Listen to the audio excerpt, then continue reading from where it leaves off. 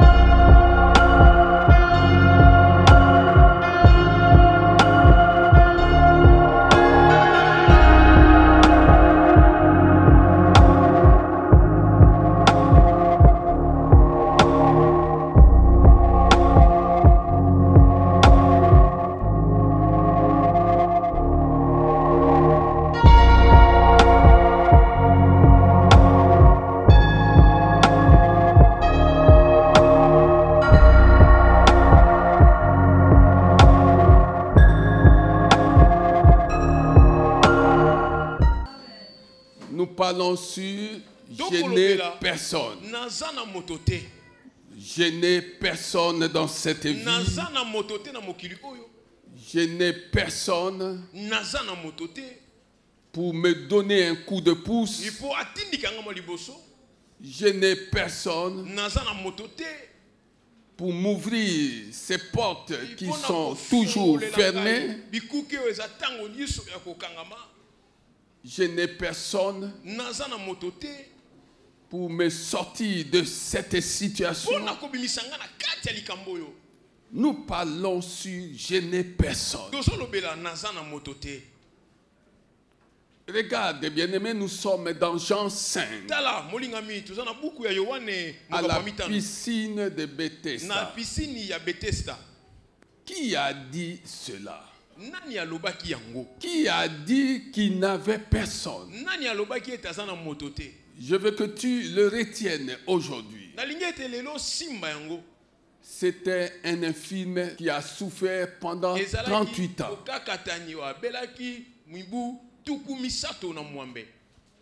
Je n'ai personne. Ça, c'est une parole qui ne peut sortir que de la bouche de quelqu'un qui est infirme spirituellement. Ça, c'est une parole qui ne peut sortir que de la bouche de quelqu'un qui est malade spirituellement.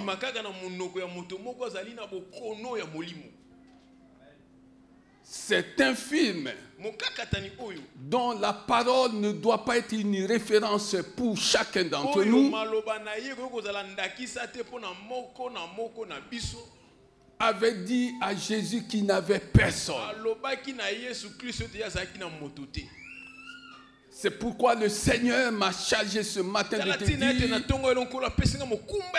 que tu dois arrêter de croire que tu n'as personne dans cette vie.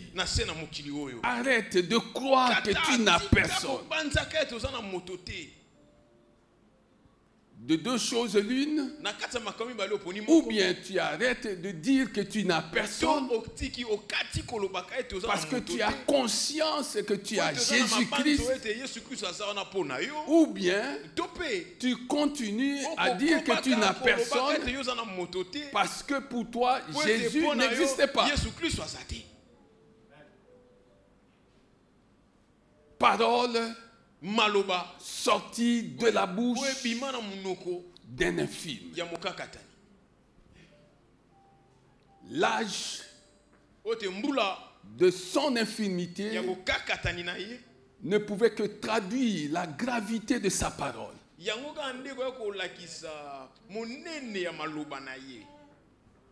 Quand quelqu'un ne sait plus où aller, sur qui s'appuyer, ses pensées, tout autant que ses paroles, peuvent prendre une mauvaise tournure.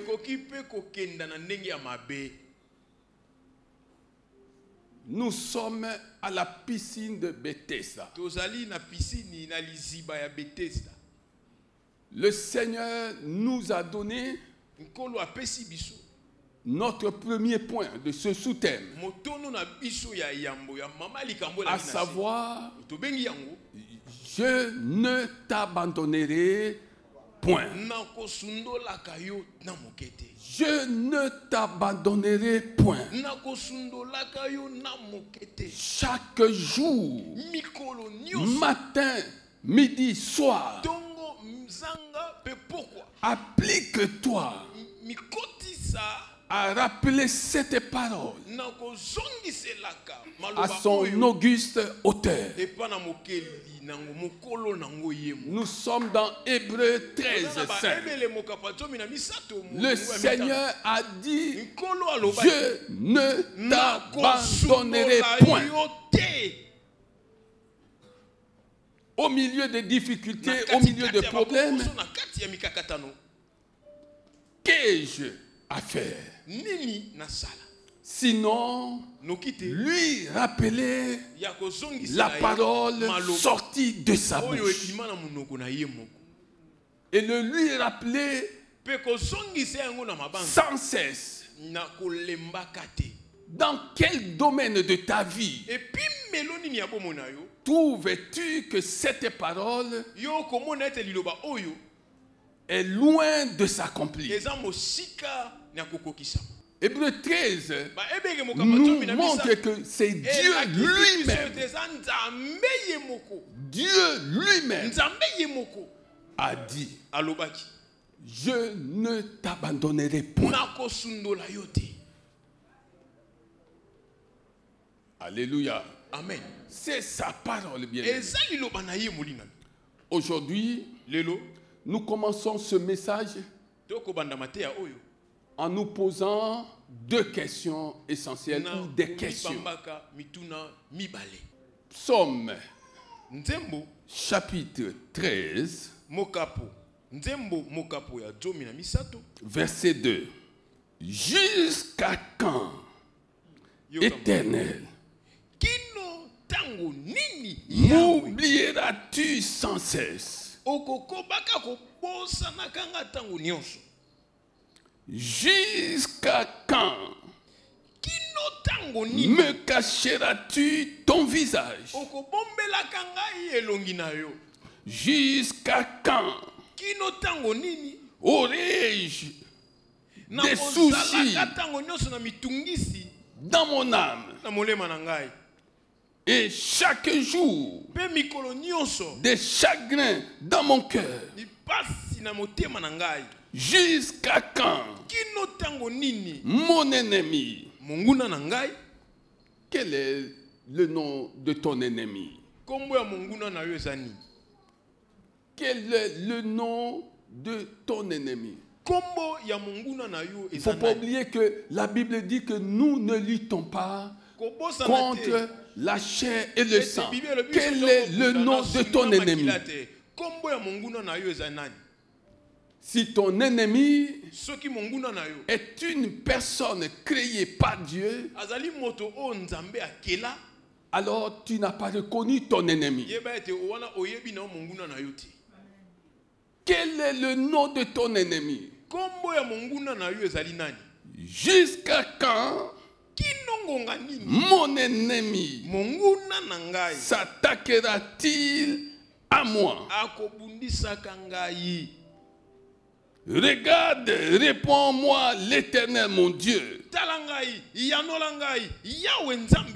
Donne la lumière à mes yeux, afin que je ne m'endorme pas du sommeil de la mort. En effet, mon ennemi pourrait dire: je l'ai vaincu, et mes adversaires se réjouissent en me voyant ébranlé.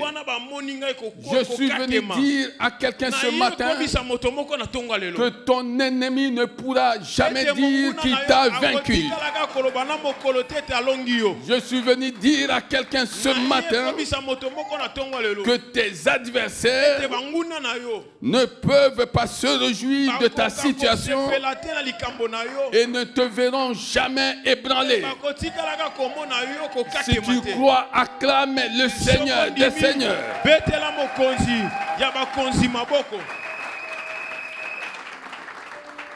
Alléluia. Amen. Nous sommes dans cette série de questions. Jérémie 15. Jérémie 15. Verset 18. Jérémie 15. Verset 18. Pourquoi ma souffrance est-elle continuelle? Finirais-tu par devenir pour moi comme une source trompeuse? Je suis venu dire à quelqu'un que le Seigneur Jésus-Christ ne peut en aucun cas devenir pour toi une source trompeuse. Il est la vérité et il demeure la vérité. Il ne sera en aucun cas une source trompeuse.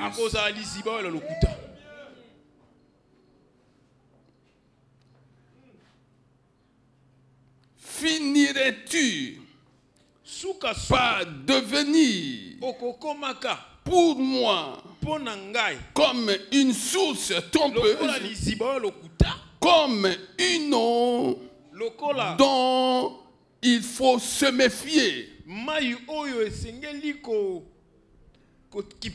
comme une eau dont il faut se méfier,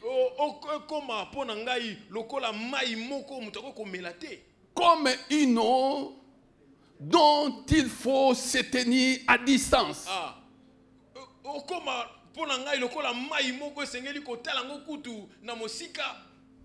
Alléluia. Amen. Pourquoi ma souffrance est-elle continuelle? Le Seigneur m'a chargé ce matin de dire à quelqu'un qui va croire en cette parole qu'il a décidé d'annoncer la fin du désespoir. Dieu annonce ce matin à quelqu'un la fin du désespoir. Oh, c'est la fin du désespoir. Dieu annonce à quelqu'un la fin du désespoir. C'est pourquoi il m'a dit qu'il te tend la carafe d'amour, de grâce et de miséricorde. Dieu te tend la carafe d'amour, de grâce et de miséricorde, et t'ordonne d'en boire maintenant jusqu'à l'éternité. Dieu t'ordonne d'en boire maintenant jusqu'à l'éternité. Oh, est-ce que tu as compris ces choses? Est-ce que tu comprends ces choses? Bois la carafe de son amour, de sa grâce et de sa miséricorde. À partir de maintenant,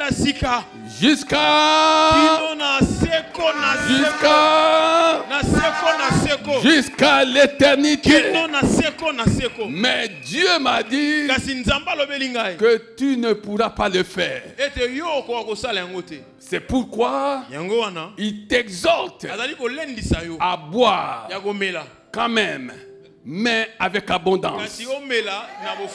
Bois cette carafe en abondance. Bois ce que Dieu te donne en abondance jusqu'à l'éternité. Est-ce que tu as compris ces choses? Nous sommes en présence des questionnements soulevés par ceux qui sont désespérés. Dieu a dit qui ne t'abandonnera point. Et c'est pourquoi le Seigneur répond, apporte des réponses à ces questionnements. Que quelqu'un acclame le Seigneur des Seigneurs. Que quelqu'un acclame le Seigneur des Seigneurs. Le Seigneur dit dans Jean 14, verset 27, le Seigneur dit, je vous laisse la paix.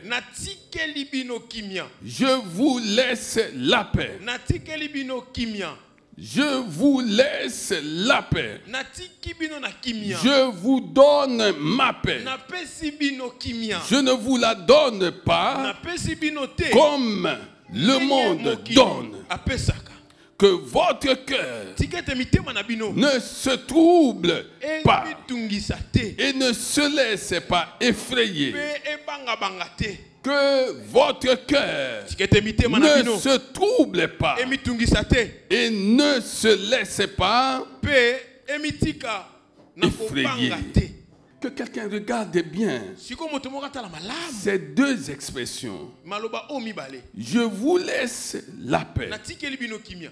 Qu'est-ce que le Seigneur voulait dire par là? Le Seigneur annonçait déjà le résultat de son sacrifice. Il annonçait le résultat de son sacrifice sur la croix. C'est pourquoi il pouvait dire, je vous laisse la paix. Mais quand le Seigneur va renchérir en disant, je vous donne ma paix. Je vous donne ma paix. C'est cette paix dont le cœur pourra se réjouir par le Saint-Esprit. Je vous laisse la paix. Le Seigneur annonce son sacrifice. C'est au travers de son sacrifice que chacun de nous peut trouver sa paix. Mais quand le Seigneur dit, je vous donne ma paix, il sait que c'est cette paix-là dont chacun de nous pourra jouir par le Saint-Esprit. Par le Saint-Esprit. Je vous laisse. Je vous laisse la paix. Je vous donne ma paix. Il faut comprendre, bien-aimés, que si tu as des problèmes maintenant, s'il y a des situations qui surviennent dans ta vie, il faut comprendre qu'il y a 3 niveaux de paix. Pourquoi ces choses t'arrivent-elles? Premier niveau, c'est la paix avec Dieu. As-tu fait la paix avec Dieu? La paix avec Dieu annonce ou signifie le pardon permanent de nos péchés. Bien-aimé, que chacun de nous s'applique à vivre en paix avec Dieu, à faire la paix avec Dieu. Deuxième niveau, c'est la paix avec soi-même. Cela signifie le nettoyage permanent de notre cœur.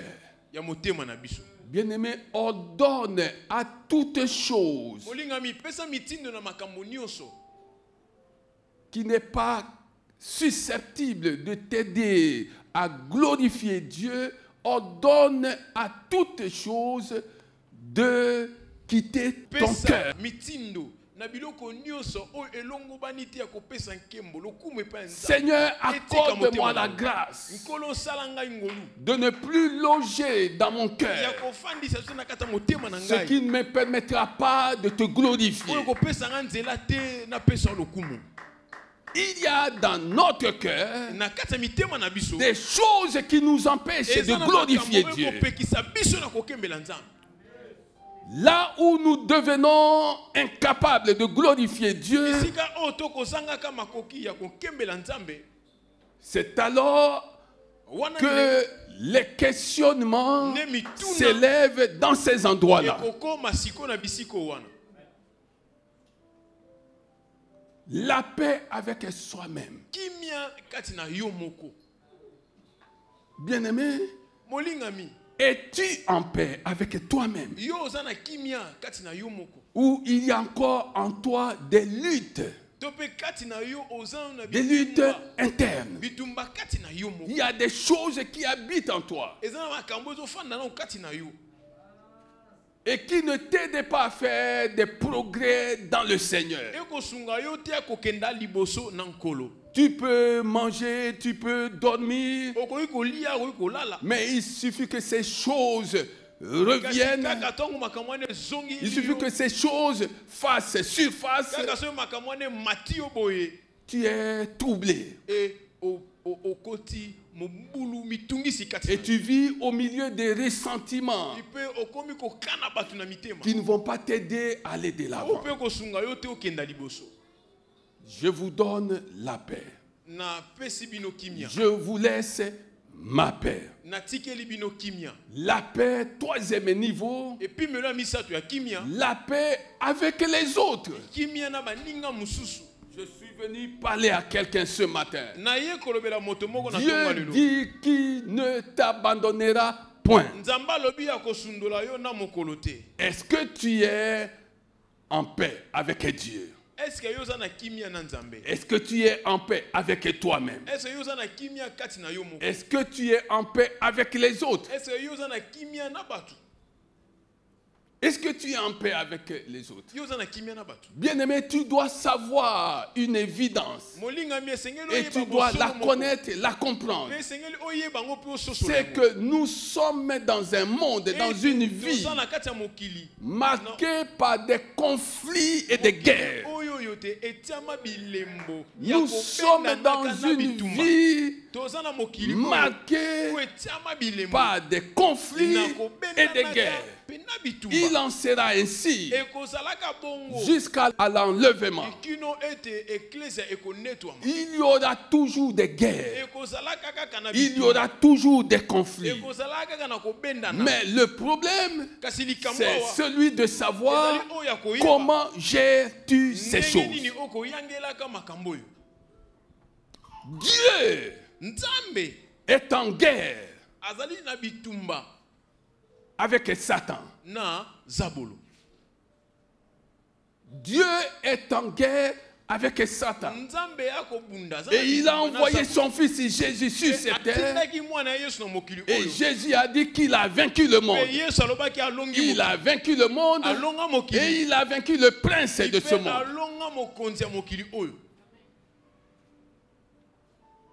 Alléluia. Amen. Et toi-même, tu pourrais être en guerre, en conflit contre toi-même. Parce que ton cœur est en activité, mais cette activité est loin d'honorer Dieu. Quand ton cœur passe son temps à garder des choses qu'il ne faut plus garder, ton cœur, qui devait être la demeure de Dieu, devient un véritable cimetière, une véritable poubelle. Nous devons comprendre ça, bien-aimés. C'est pourquoi l'Esprit dit que chacun de nous nettoie son cœur. Et la meilleure façon de nettoyer notre cœur consiste à garder, à ne garder que rien que la parole. Garde la parole de Dieu. Plus que toute chose, garde dans ton cœur ce qui est sorti de la bouche de Dieu et non ce qui est sorti de la bouche d'un homme. Qu'est-ce qu'un homme a dit à ton sujet? Qu'est-ce qu'une femme a dit à ton sujet? Pourquoi garderais-tu ces choses? Garde ce qui peut te donner de l'espérance. Garde ce qui peut t'aider à aller de l'avant.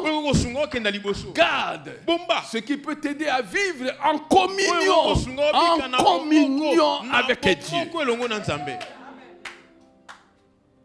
Alléluia. Amen. Est-ce que tu comprends ça? Nous sommes en guerre. Nous sommes dans des conflits inutile avec les gens. Ça c'est un autre niveau de guerre et de conflit. Nous sommes en guerre. Nous sommes en conflit avec des gens. Dieu a dit, je ne t'abandonnerai jamais. Mais regarde ta conduite. Regarde comment tu te comportes quand tu vois quelqu'un. Quelqu'un qui a dit des méchancetés à ton sujet. Quelle est ton attitude? Ton attitude n'a pas changé. Mais tu viens dans la maison de Dieu. Tu écoutes la parole de Dieu. Et tu ne permets pas à la parole de Dieu de faire son travail dans ta vie. Comment veux-tu que Dieu te sorte de ce cimetière-là des problèmes, de cette poubelle-là, dès lors que tu ne sais pas nettoyer ton cœur? Nettoie ton cœur. Quelle que soit la gravité des médisances portées à ton égard, nettoie ton cœur, bien-aimé, et permet à Jésus d'y vivre. Oh, je parle à quelqu'un. Est-ce que tu comprends ces choses? Si tu comprends ces choses, acclame le Seigneur des Seigneurs. Acclame le Seigneur des Seigneurs. Acclame Jésus de Nazareth. Alléluia. Amen. 2 Timothée 3,16. Toute l'écriture est inspirée de Dieu et utile pour enseigner. Que fait la parole de Dieu? La parole de Dieu doit t'enseigner. Il faut que la parole de Dieu t'enseigne. 2. Pour convaincre.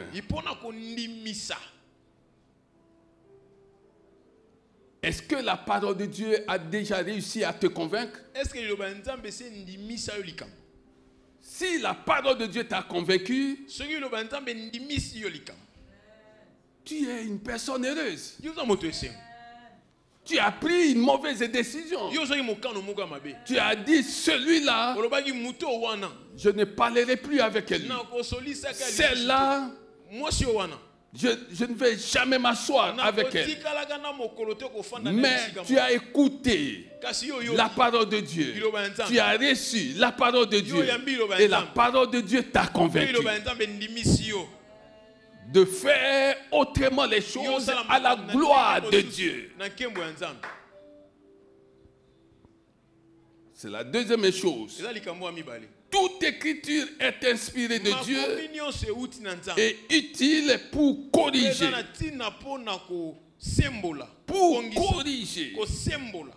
Pour instruire dans la justice. Quatrième chose, afin que l'homme de Dieu soit formé et équipé pour toute œuvre bonne.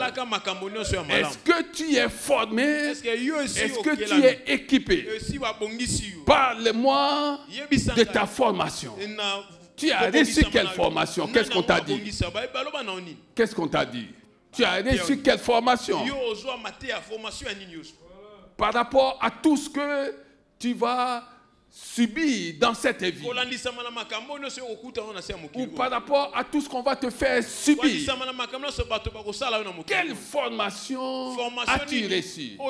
Par rapport à des provocations des gens. Tu as reçu quelle formation? Comment réagis-tu face aux provocations? Parce que dans cette vie, si quelqu'un ne te provoque pas dans la maison de Dieu, quelqu'un va te provoquer dans ta famille, quelqu'un va te provoquer dans ton entourage, quelqu'un va te provoquer là où tu travailles. Partout où tu vas passer, il ne va pas manquer de provocation. Mais le Seigneur veut savoir quel type de formation as-tu reçu? Quel équipement as-tu reçu? Est-ce que tu es équipé, bien équipé pour faire le bien là où il y a la provocation? Et quand tu feras le bien, l'Esprit appelle cela œuvre bonne. Oui, bien-aimé. Quelle formation as-tu reçue? Bien-aimé, le Seigneur dit que sa parole est inspirée. Si tu entends ces choses aujourd'hui, c'est que le Seigneur sait là où tu es. Le Seigneur sait là où tu es. Dans tes questionnements, dans tes mauvaises pensées, il sait là où tu es. C'est pourquoi il t'envoie cette parole. 1. Pour ton enseignement. 2. Pour ta conviction. 3. Pour recevoir la correction. 4. Pour recevoir aussi l'instruction.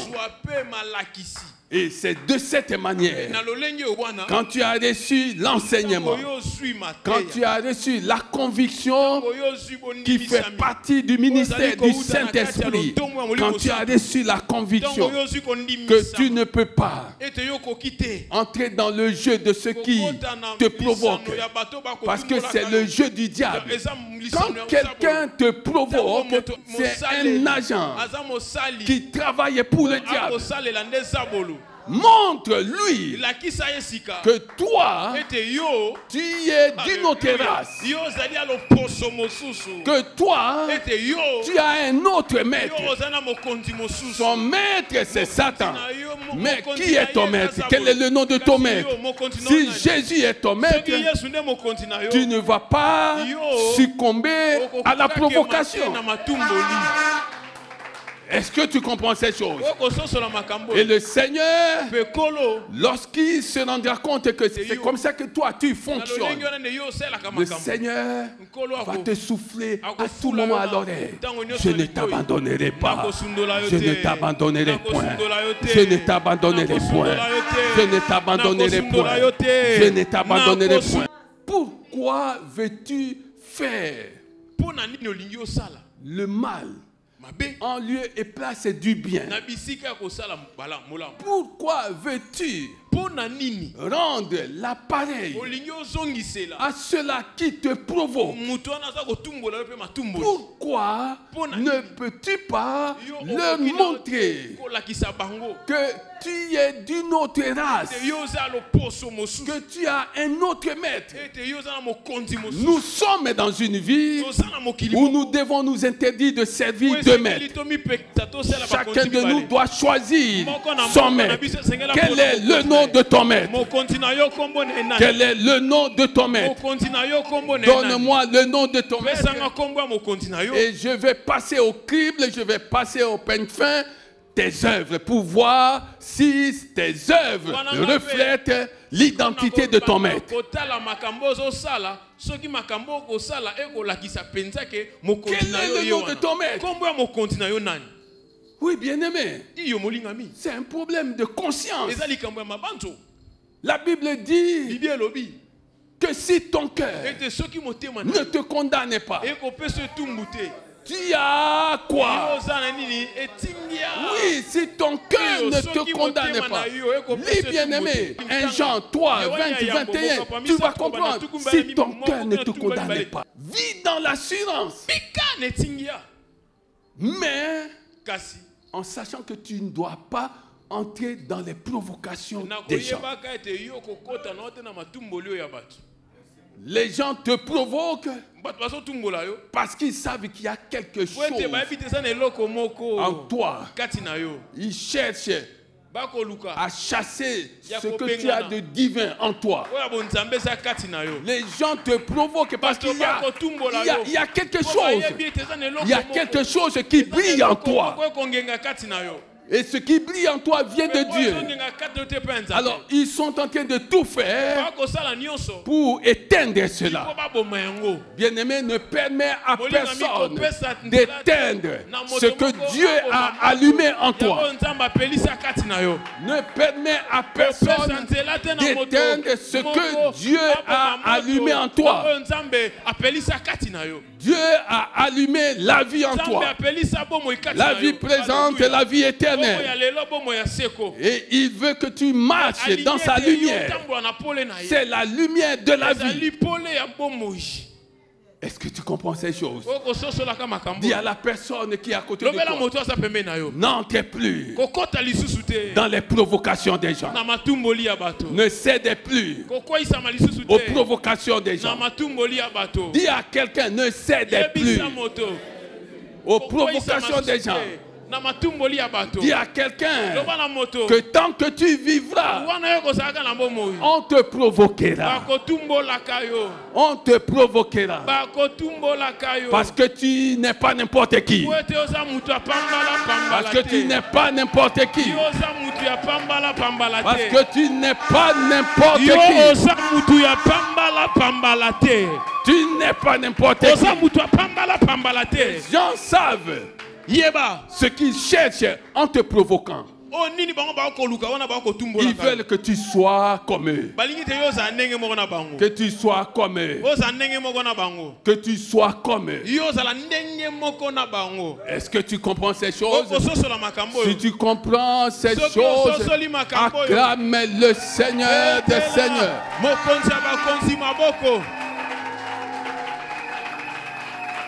Le Seigneur dit, je ne t'abandonnerai point. Je ne t'abandonnerai point. As-tu vu le Seigneur? La Bible dit que personne ne peut le voir et vivre. Mais sous la nouvelle alliance, ceux-là qui sont nés d'esprit de Dieu peuvent le voir. Sous la nouvelle alliance, ceux-là qui sont nés d'esprit de Dieu peuvent le voir. Comment? Chaque fois que je lis la parole de Dieu, non seulement je suis avec le Seigneur, mais je vois le Seigneur et ses œuvres. Parce qu'il est la parole. Dieu est la parole. La parole qui s'est faite chair, qui a habité au milieu des hommes. Oui, bien-aimé, chaque fois que tu lis la parole de Dieu, tu peux voir Dieu. Tu peux voir aussi ses œuvres. Je parle à quelqu'un, bien-aimé. Je parle à quelqu'un. Dieu dit qu'il ne t'abandonnera point. Et celui qui dit qu'il ne m'abandonnera point n'est plus loin de moi. Il est avec moi. Il suffit seulement que j'ouvre sa parole. Il suffit seulement que je lise sa parole, que je médite la parole. Je vois Dieu et ses œuvres. Je vois Dieu et ses œuvres. Est-ce que tu comprends ça? Est-ce que tu comprends ça? Comment Dieu peut-il abandonner quelqu'un? L'Esprit m'a amené à me poser des questions. Genèse 1:1 dit que Dieu créa le ciel et la terre. L'Esprit dit que la terre était informe et vide. C'est Dieu qui a créé la terre. Mais Dieu a vu que la terre était informe et vide. Maintenant, je dis à Dieu, mais moi aussi j'ai été créé par toi. Je n'ai pas été créé comme tu as créé la terre, mais j'ai été créé à ton image. Tu as été créé à l'image de Dieu. Si Dieu n'avait pas abandonné ce qui n'était pas créé à son image, comment veux-tu que Dieu abandonne l'homme créé à son image?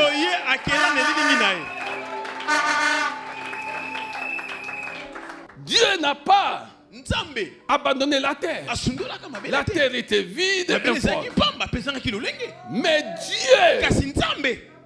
Dieu a sorti sa parole.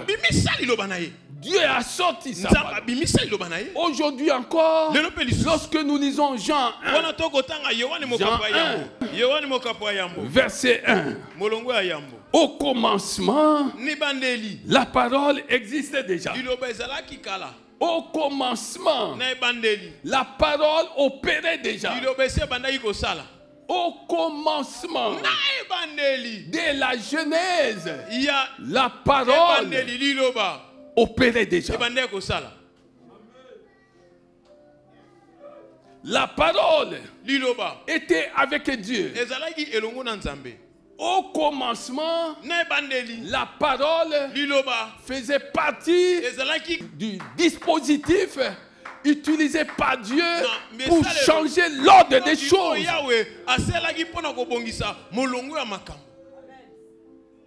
La parole opérait. La parole était le dispositif divin utilisé par Dieu pour changer les choses. Au commencement déjà. Et la parole était Dieu. Et la parole était Dieu. Est-ce que tu comprends ça? Bien aimé, si tu comprends, hein, tu ne peux plus te poser les différentes questions relevées dans Psaume 13, verset 1, 2, 3. Non, tu ne peux plus te poser la question que Jérémie s'est posée dans Jérémie 15 et 18. Tu ne peux plus te poser ces choses. Si tu comprends qu'au commencement, la parole existait déjà et que la parole opérait. Si tu comprends que la parole était avec Dieu, c'est-à-dire la parole était le dispositif, l'instrument divin utilisé par Dieu pour changer l'ordre des choses. Si tu comprends que la parole était Dieu, la parole était, je parle à quelqu'un, la parole était, est-ce que tu comprends ces choses? Elle était au commencement avec Dieu. Tout a été fait par elle. La Bible dit que tout a été fait par elle. Il n'y a rien. Il n'y a rien. Est-ce que quelqu'un peut lire ça? Il n'y a rien. Oh. Est-ce que tu comprends? Rien de ce qui a été fait n'a été fait sans elle. Oui, bien aimé, quand Dieu te dit qu'il ne t'abandonnera pas, il te dit que tu te serviras de sa parole et tu auras le témoignage de ce qu'il a fait dès la Genèse. Il s'est servi de sa parole, il y a eu des résultats. Les mêmes résultats. Les mêmes résultats réalisés par sa parole. Toi, tu peux devenir faiseur des choses. Oh oui, bien-aimé, nous sommes nés de nouveau pour faire des choses en nous servant de sa parole. Sers-toi de sa parole. Sers-toi de sa parole. Et tu verras les œuvres de sa parole.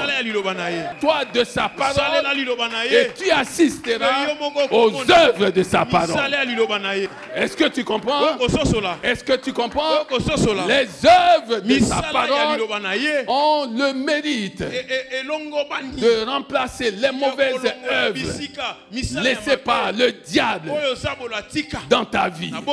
C'est toi de la parole de Dieu et tu vas vivre autrement. Tu vas voir les choses autrement. Tu vas recevoir ce que tu n'avais pas. Et le Seigneur te dira, oh, acclame le Seigneur des Seigneurs. Acclame le Seigneur des Seigneurs.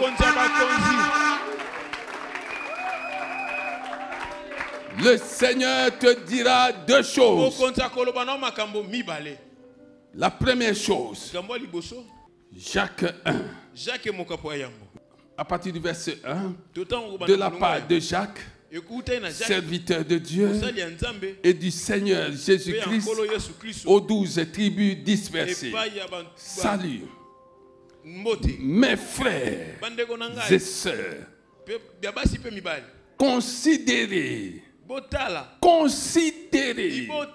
comme un sujet de joie complète, comme un sujet de joie, non pas partiel, mais complète, les diverses épreuves auxquelles vous pouvez être exposé.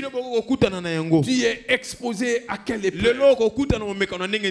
Quel est le nom de cette épreuve à laquelle tu es exposé?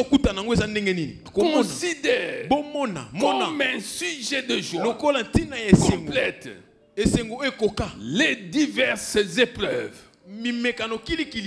auxquelles tu peux être exposé. Sachant que la mise à l'épreuve de ta foi produit la persévérance. Mais il faut que la persévérance accomplisse parfaitement sa tâche afin que tu sois parfaitement aussi qualifié sans défaut, afin que tu sois parfaitement qualifié sans défaut et qu'il ne te manque rien. Bien-aimé, les épreuves dans cette vie nous inscrivent dans la grande école de la foi. Les épreuves dans cette vie nous inscrivent dans cette grande école de la foi. Nous avons dit que nos pensées humaines trouvent que la route, la voie est fermée. Nos pensées humaines trouvent que tout est fermé, que tout est à l'arrêt. Mais lorsqu'on évolue dans cette grande école, l'école de la foi, la route n'est plus fermée. Tout est dégagé. La foi voit la route est dégagée. La foi voit la route est dégagée. La foi voit les portes déjà ouvertes. Oui, bien-aimé. Mais les épreuves nous donnent la joie du Seigneur. Les épreuves nous donnent la joie du Seigneur. Parce que nous marchons sur les traces de notre maître. Et lorsque nous marchons sur les traces de notre maître, rien ne peut plus nous faire défaut. Tu ne manqueras plus de rien. Tu ne manqueras plus de rien. Parce que à l'école de la foi, tu auras appris que la foi vient de ce qu'on entend. Ce qu'on entend vient de la bouche de Dieu. Or, qu'est-ce que tu entends si ce n'est la parole de Dieu?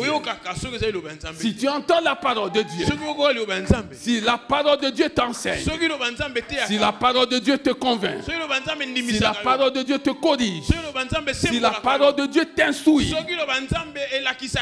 tu deviens faiseur de bonnes œuvres, faiseur de miracles, faiseur des choses qui n'existaient pas. Est-ce que tu comprends? Est-ce que tu comprends ces choses? Dieu veut avoir un peuple qui soit capable de faire ce que Jésus était en train de faire. Et il a dit en vérité, celui qui croit en moi, c'est ça le problème. C'est ça le secret. As-tu réellement et véritablement cru en Jésus-Christ? Si tu as cru en Jésus-Christ, pourquoi trembles-tu devant les épreuves? Pourquoi te poses-tu des questions lorsque les épreuves surgissent? Devant les épreuves, tourne le dos. Tourne-toi des épreuves. Maintenant, regarde. Fixe tes yeux sur celui qui a tout créé par sa parole. Oui, les épreuves doivent t'amener à leur tourner le dos. Parce que tu es conduit, tu es guidé, tu t'appuies sur la foi. Appuie-toi sur la foi. Même si personne ne veut t'assister, même si personne ne veut venir à ton secours, bien-aimé, la foi va te montrer là où se trouve ton secours.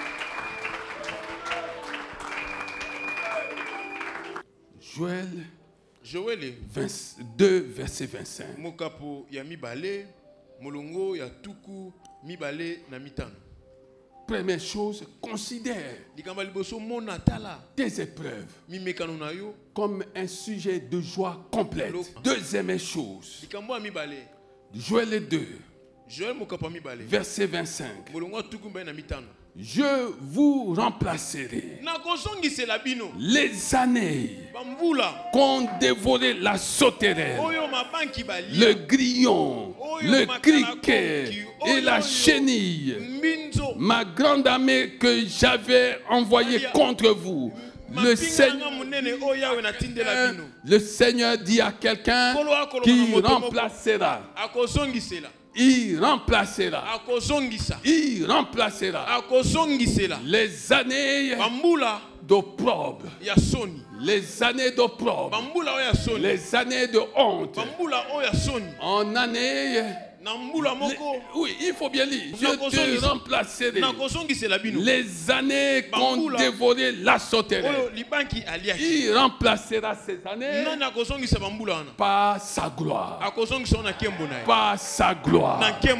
Il remplacera les années de manque par l'abondance. Par l'abondance. Il remplacera les années de la maladie. Tu as souffert.